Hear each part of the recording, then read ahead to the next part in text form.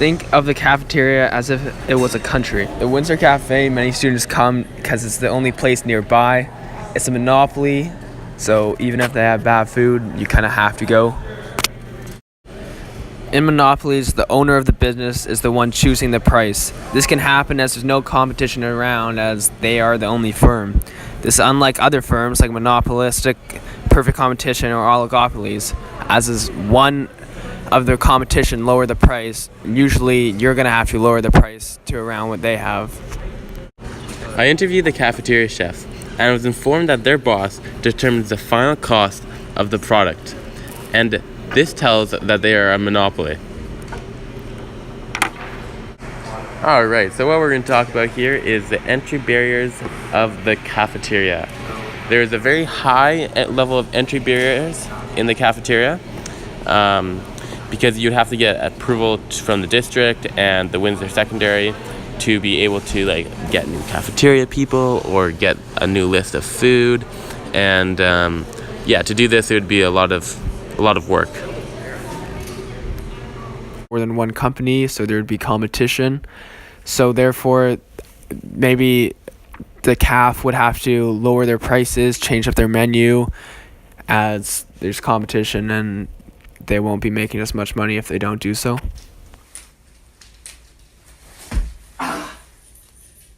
Marginal cost, average cost, below your price line. This means you're making bank, making dollars. It's a monopoly competition, so if your company's good at the start, you're going to finish strong at the end. Always making bank.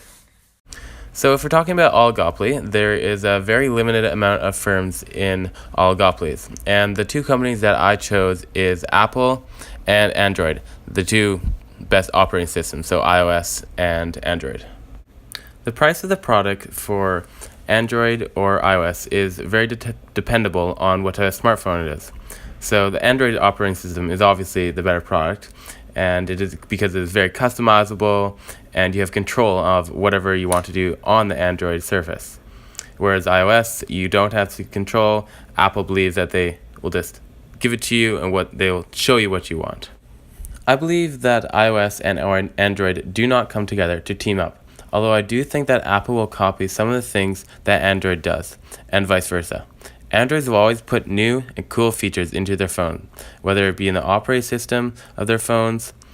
Then iPhone will typically copy it, which always drives the smartphone industry to innovate. So talking about the short run of oligopolies, the point where you should produce is when MC equals the marginal revenue. If you are producing below your variable costs in the short run, then you are losing money. For short run, if you have producing over the variable costs, then you will make money. To break even, you would have to produce at the variable costs for the short run. So talking about the long run, you have to cover your variable costs and your fixed costs to make money. For long run, to lose money, you would have to produce under your fixed costs. To break even, you have to produce at the fixed price. Generally for oligopolies, the firms will make money because they can price their product over the fixed price. They can protect their profits because they have very big entry barriers. If someone enters the company, they will either buy, and someone enters that space, they will either buy them out or make it impossible to compete by releasing new cool features. Is that oligopoly competition? Oh my god!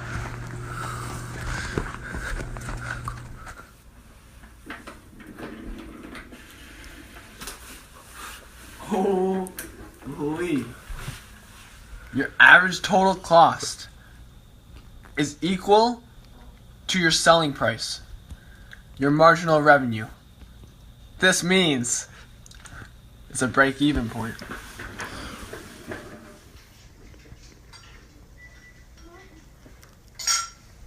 Oh, okay.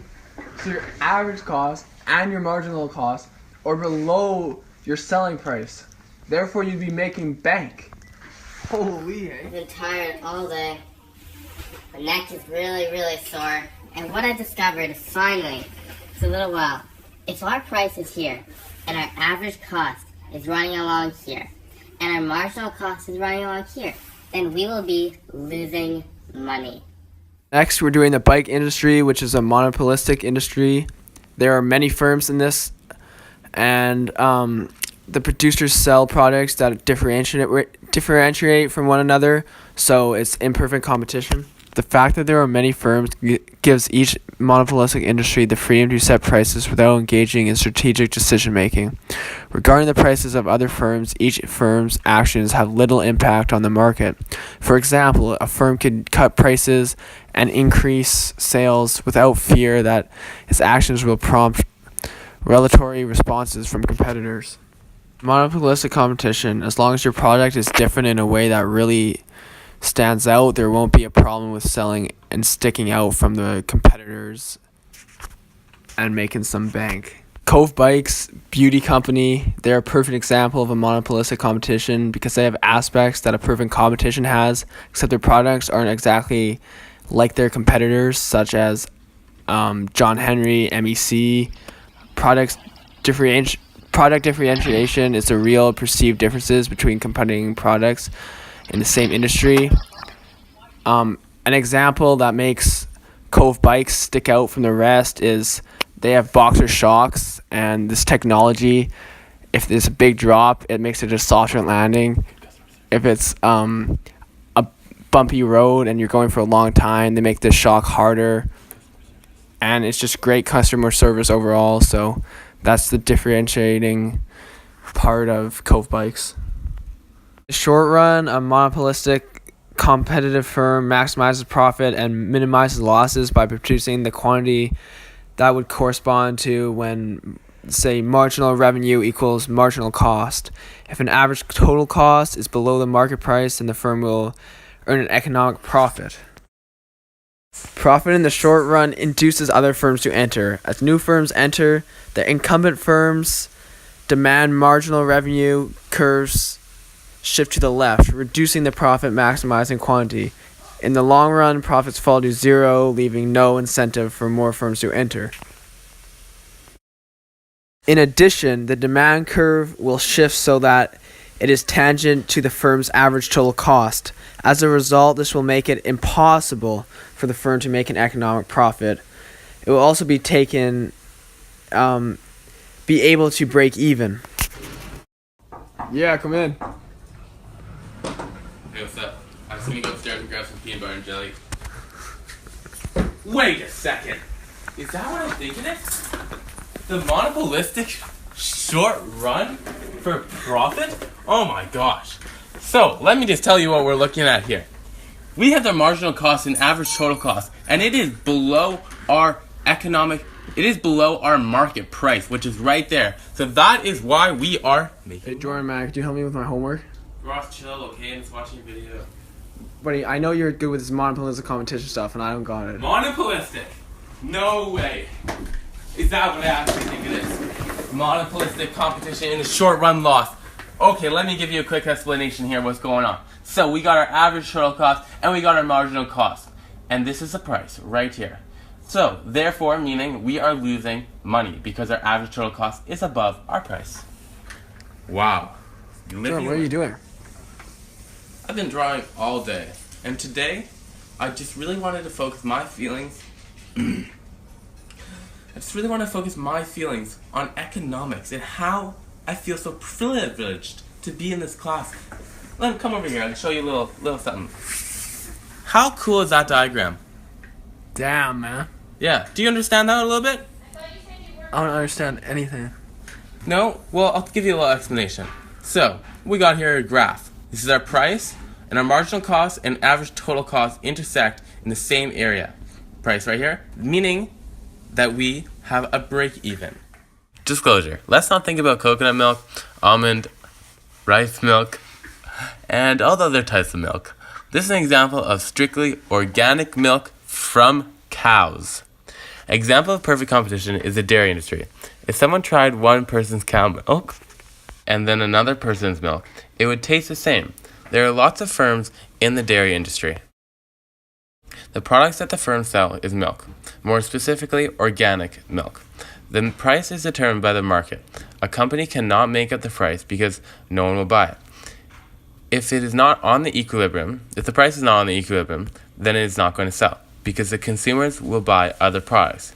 But if a company makes the price too low, then they will be losing money. There is some competition within a perfect competition because there is other firms which can limit the sales for that dairy farmer. But there isn't really any real competition because the product is not different. It is all the same. You can do advertising, but it honestly won't really make a difference because all of them all taste the same. Alrighty here. So what we are talking about today is perfect competition and short run equilibrium loss. Specific point meaning loss. So we got our graphs here, X and Y, and as you can see, we are losing money here. And that is because our average cost, which is this one here, is above our price. So in the short run, we will be losing money. For the profit, for zero profit, the only reason you'll be making zero profit is if your average cost and your marginal cost meet and intersect where your price is here. So you're making no money.